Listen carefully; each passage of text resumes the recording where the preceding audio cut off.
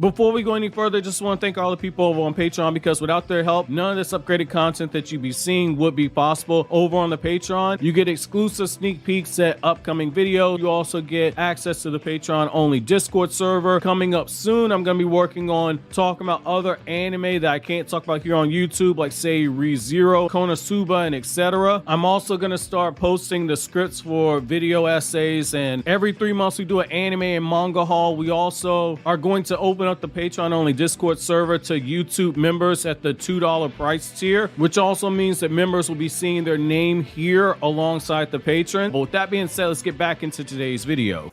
Yo, what's going on, everybody? It's your boy Naruto Explain here, bringing you guys another review for Boruto Naruto Next Generations, episode 278. And now that episode 278 is done in the books, we got a lot to talk about, because this episode directly confirms that there's a car outer member amongst Boruto's team right now. And what I like about this is that if you go back to what we had in the manga when Naruto had that virtual 5 Kage summit, we found out that Sai and the Anbu were the ones who had gone through and swept through all the car hideouts and had used the motto in order to get the intel on the car outers, and they had managed to track down the outers. When that happened in the manga, I said, like, it would kind of feel funny if Sai and them missed somebody, and that's exactly what happened here. There are still some car outers out there, and that always made sense. Not gonna go into spoilers for the code arc of the manga, but that always made sense. There are other outers out there, and sure enough, that's what we found out in this episode. Now, you might be thinking, yo, Ouga's got to be an outer, and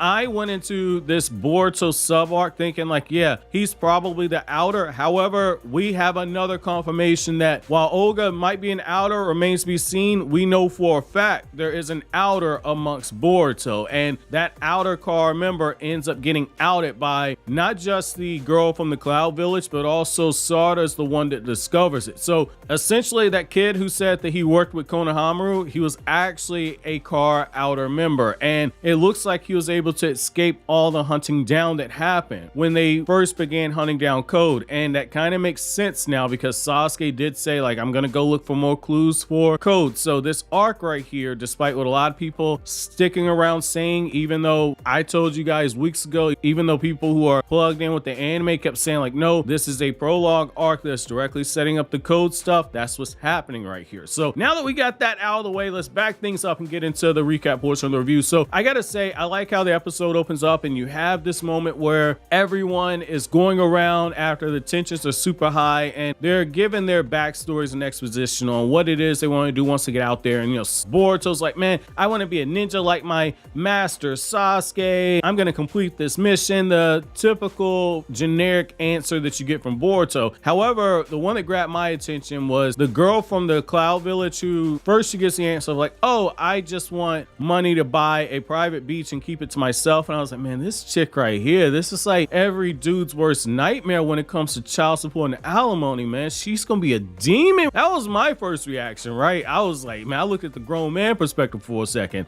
but we find out that the real reason why she wants to buy a beach back is because her homeland was purchased by rich people, and they basically developed and people had no voice. Those of you guys who know my personal struggle that's gone on with my family's land, and about the lawyer fees I've been having to pay for the last year plus, which is why I've been taking so many sponsorships. You guys know that definitely hit home for me. That was a surreal moment to kind of see something like that, because I can totally relate to it. Now, the guy that ended up being a monk who had basically been going around and killing people and taking all their material possessions, essentially he ended up meeting a monk in the past, and that monk ended up putting him on the right trail. And it came during a time where he himself was always worried, like, hey, if I keep doing bad things gonna happen to me. So I thought it's kind of cool to see just that little bit right there. Everybody had their own different reasons for why they wanted to get out of this game that Ouga is playing, and that's when Ouga shows up and is like, man, those are some really cool stories. You got to be the last person surviving in order to make all that stuff come true, which kind of goes back to the whole thing of like the Squid Games feel and the Battle Royale, Hunger Games aesthetic. So I like how Ouga just kind of pops up and he's doing the trolling, and the kid who's actually a car outer member is the one who walks over and picks the next game. And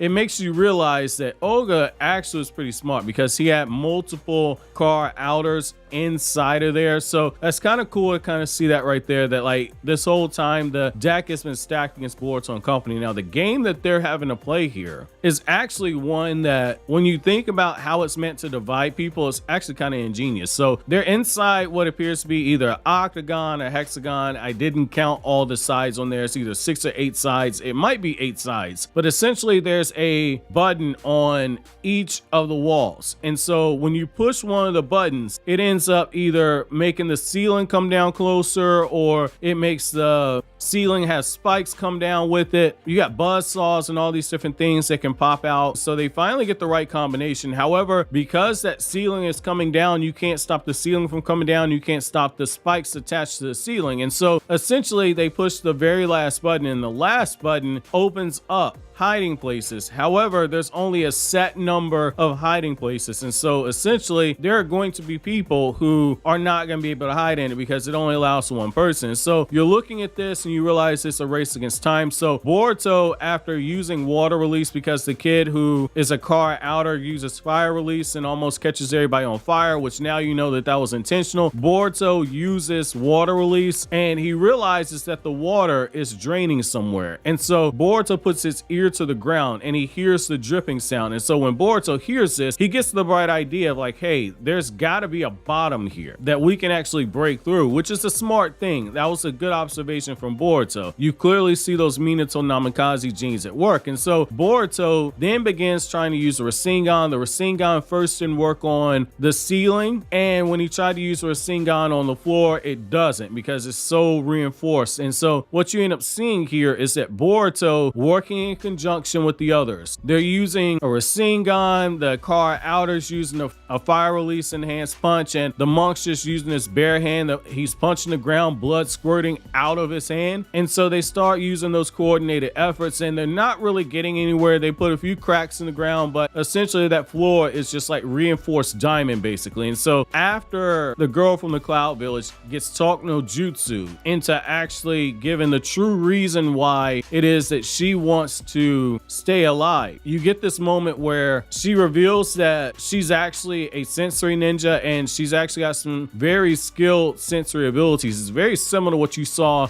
Sakura do in the Sasuke Retsuden manga as well as in the Sasuke Retsuden novel. It looks like the same jutsu actually, though Sakura's jutsu is a little bit more advanced. So basically what she does with her sensory ability is she puts her hand on the ground, she runs her chakra through the ground, and she begins pinpointing the weaknesses. Now once she finds that one spot where the ground is weak, that's where she pinpoints it to Boruto and company, and Boruto takes the Rasengan, smashes it into the ground, and there's just enough space there to where the people who aren't in those hiding spaces can get down into the new hole that Boruto created. And essentially if they lay down flat, they don't have to worry about getting crushed. Now once this happens, Ouga, he says, okay, I gotta say Boruto by name now. Like, it's not good enough for me to just sit here and troll everybody. He's like, Boruto, because of you, I'm going to make extra certain that I make the game extremely difficult. And so now there's only 2 more games left in order to get through. And so you can tell that the stakes are about to raise on this. Now, on the other side of this, you have Sarada and Mitsuki continuing their search. Mitsuki is staying behind at the train station to try and gather more clues.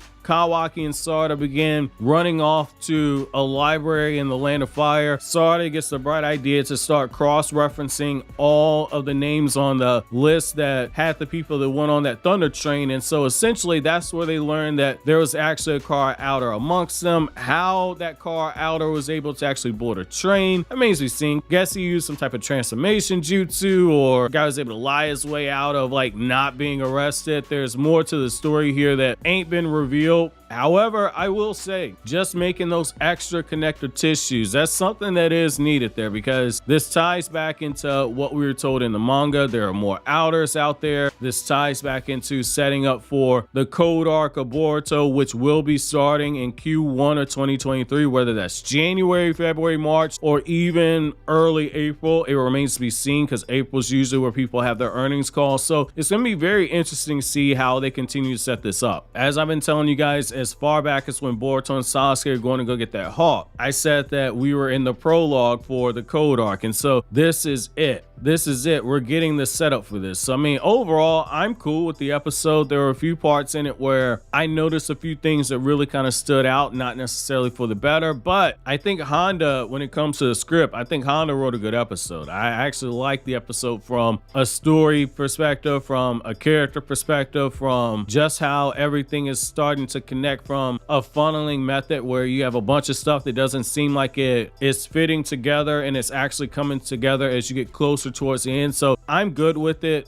I'm going to be very curious to see how they wrap this up, probably on the 1000th episode, which should be coming out on the week after next. So my episode question for you guys is, how many of you guys expected the kid from the Land of Fire to actually be a Kara Outer? While you think that over, click here to watch my Sasuke Redstone Chapter 4 review, or click here to watch my Black Clover Chapter review from KRYPTONIAN SAIYAN.